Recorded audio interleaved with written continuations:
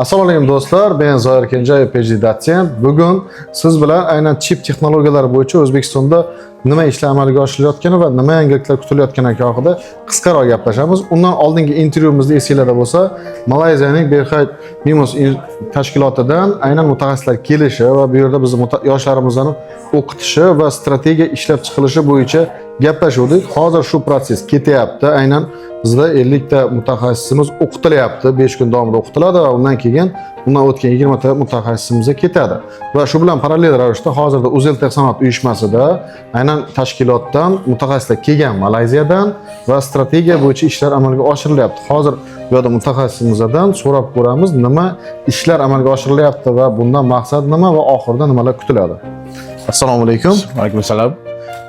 Bu Malayziya instituti bilan O'zbekistonning hamkorligining ko'zlangan maqsadi va O'zbekiston uchun qanday manfaatlar va Malayziya uchun qanday manfaatlar hozir ustuvor bo'lyapti? From my institute, Mimos Berhad. Bugun Mimos Berhad uchun O'zbekiston bilan hamkorlik juda muhim va strategik ahamiyatga ega. O'tgan yili O'zbekiston prezidenti Shavkat Mirziyoyevning Malayziyaga tashrifi davomida biz uchrashgan edik. O'shanda mikroelektronika va yarim o'tkazgichlar sohasida birgalikda ishlash bo'yicha kelishib olganmiz. Hozir esa Uzeltexsanoat uyushmasida 2026-2035 yillarga mo'ljallangan strategiya ustida amaliy ishlarni olib boryapmiz. Bu hujjatning asosiy maqsadi Malayziyaning ko'p yillik tajribasini O'zbekistonda qo'llash va yangi yuqori texnologiyali sanoatni rivojlantirishdan iborat. Eng muhimi, biz bu sohada malakali mutaxassislar tayyorlashga katta e'tibor qaratamiz, chunki kelajak aynan bilimli va kuchli kadrlarga bog'liq.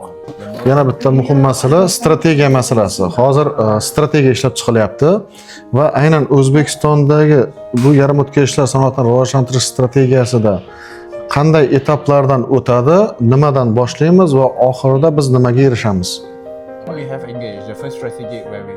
Bu strategiya bir necha bosqichda amalga oshiriladi. Avvalo biz O'zbekiston bilan birga aniq reja va yo'nalishlarni belgilaymiz. Keyin esa zamonaviy texnologiyalarni joriy qilish va Malayziya tajribasini tatbiq etishga o'tamiz. Biz faqat texnologiyani ko'chirib o'tmaymiz, balki ularni mahalliy sharoitga moslashtiramiz. Qo'shma korxonalar tashkil etish orqali yangi ish o'rinlari yaratiladi, eksport salohiyati oshadi va sanoatni yuqori qiymatli mahsulotlar bilan boyitadi. Shu bilan birga infratuzilmani rivojlantirish va eng muhimi malakali kadrlar tayyorlashga katta e'tibor qaratiladi. Keyingi bosqichda investitsiyalar jalb qilinib, yangi ishlab chiqarishlar yo'lga qo'yiladi. Natijada O'zbekistonda zamonaviy mikroelektronika sanoati shakllanadi. To'g'ri gap do'stlar, oldin ham aytganimizdek, birdaniga ishlab chiqarishga o'tib bo'lmaydi. Bu qiyin masala. Bu uchun fab bo'lishi kerak. Shuning uchun biz oldin IC dizayn qilamiz. Aynan Malayziya tajribasidan foydalanib, bu yoqqa borib, aynan IC dizaynlash o'rganiladi. O'sha bo'yicha ishlar boshlanadi. Biz ham mutaxassislarimiz bilan u yoqda va undan keyinchalik sekin biz lokalizatsiya prosesiga o'tamiz. Hozir bizni 50 ta mutaxassisimiz o'qitilyapti Turin Politexnika institutida va undan 20 tasi saralab olib Malayziyaga olib ketiladi. Ular u yoqda nimalarni o'rganishadi, aynan ishlab chiqarish jarayoniga borishadimi yoki dizayn bilan shug'ullanishadimi va ular keyinchalik u yoqda ishlab qolishadimi yoki O'zbekistonga kelib shu jarayonda ishtirok etishadimi? The 50 training that we have conducted. To'g'ri ta'kidladingiz.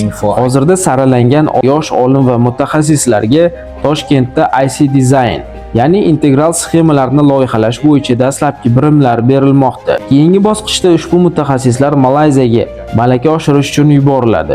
U yerda ular faqat nazariy bilim emas, balki amaliyotga yo'naltirilgan chuqur ko'nikmalarni egallaydi. Jumladan integral sxemalarni loyihalash, chip arxitekturasini yaratish, zamonaviy dasturiy muhitlarda ishlash, test va verifikatsiya jarayonlari hamda sanoat standartlari asosida ishlashni o'rganishadi. Shuningdek, ular real loyihalarda ishtirok etib, xalqaro mutaxassislar bilan birga ishlash tajribasini orttiradi. Bu esa ularning bilim va ko'nikmalarini yangi bosqichga olib chiqadi. Eng muhimi, bu jarayon shunchaki tajriba almashish bilan cheklanmaydi. Ushbu mutaxassislar kelgusida O'zbekistonda mikroelektronika sohasini rivojlantirishda asosiy driverga aylanadi.